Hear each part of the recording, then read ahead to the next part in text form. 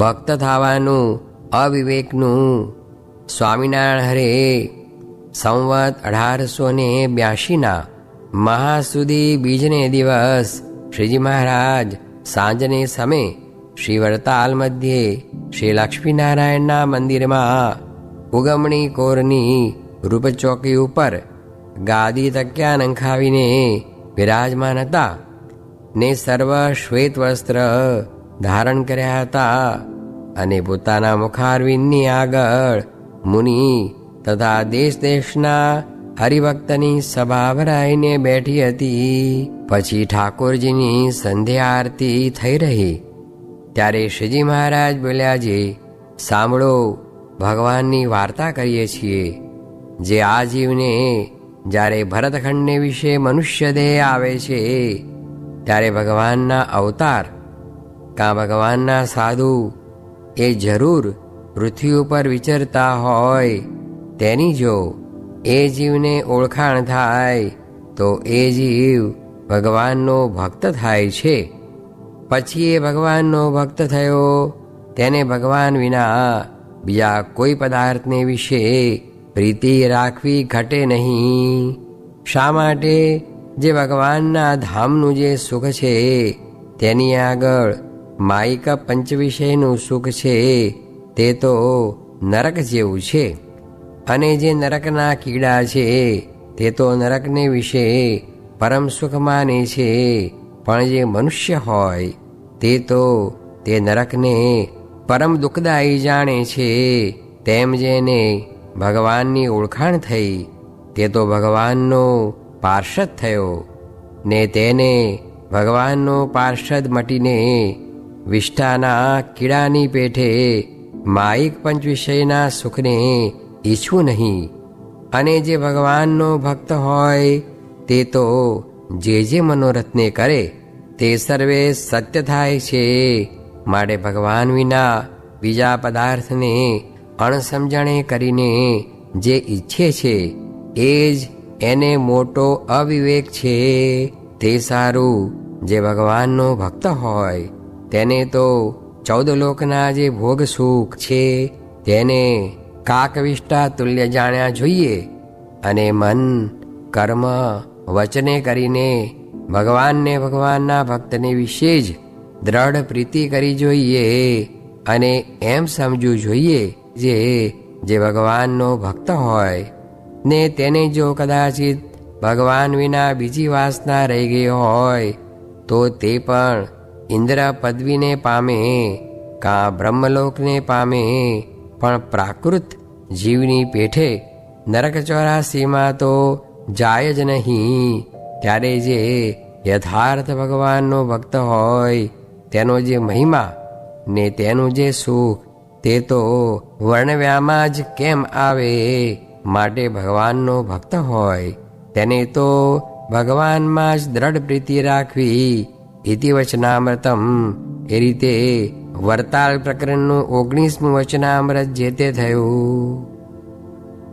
સ્વામિનારાયણ હરે સ્વામીએ વાત કરી, જે કોઈક લોભ મૂકે, સ્વાદ મૂકે, સ્નેહ મૂકે, માન મૂકે, પણ સ્ત્રી તો હૈયામાંથી નીકળે નહીં ને રૂપ જેવું તો કાંઈ બળવાન નથી અને વિષય તો જીવ માત્રમાં રહ્યો છે.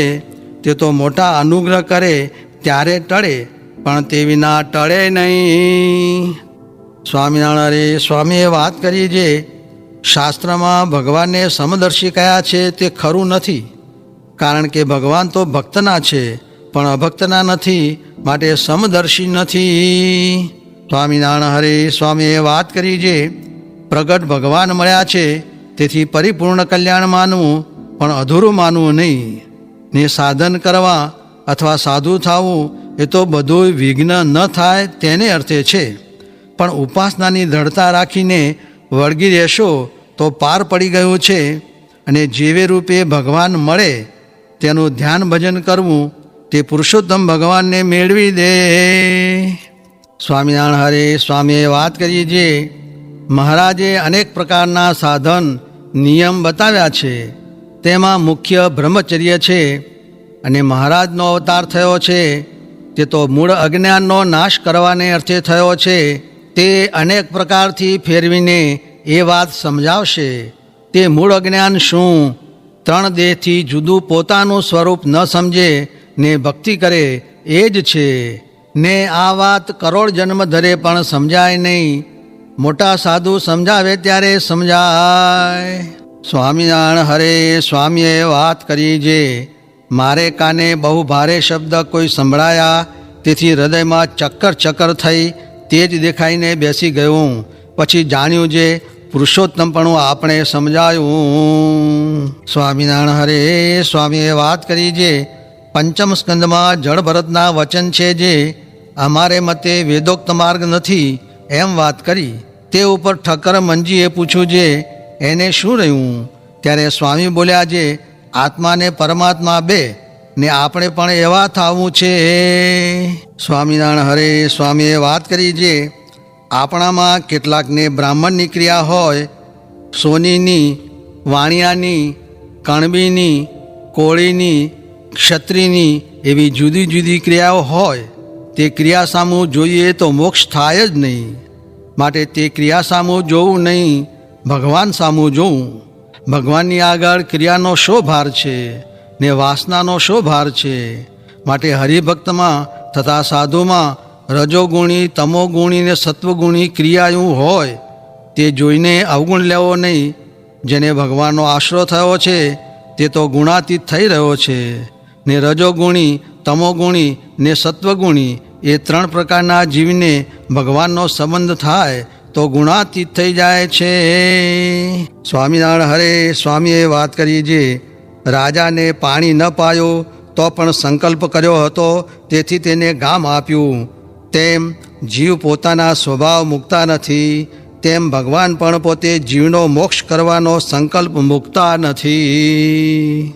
સ્વામિનારાયણ હરે સ્વામીએ વાત કરી જે અગતરાઈમાં હાલ મંદિર છે, ત્યાં શ્રીજી મહારાજે ભાઈ રામદાસજીને કહ્યું જે તમારું અંગ કહો, પછી અમે અમારું અંગ છે તે કહેશું.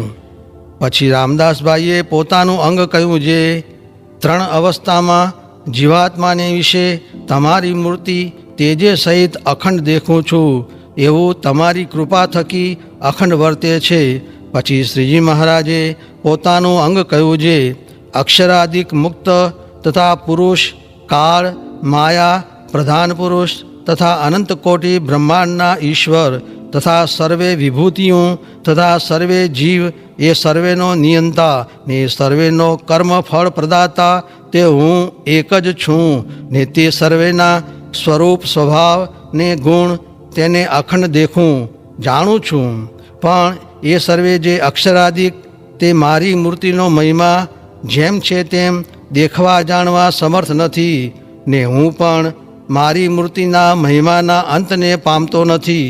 ને એ સર્વે સામર્થ્ય તે મારી મૂર્તિના એક રોમના કોટીમાં ભાગની બરોબર પણ નથી આવતું. એવી અનવધિકાતિશય મહા આશ્ચર્યમય ને સર્વોપરી આ મૂર્તિ છે, એમાં કિંચિત માત્ર સંશય નથી. એ અમારું અંગ છે તે કહ્યું.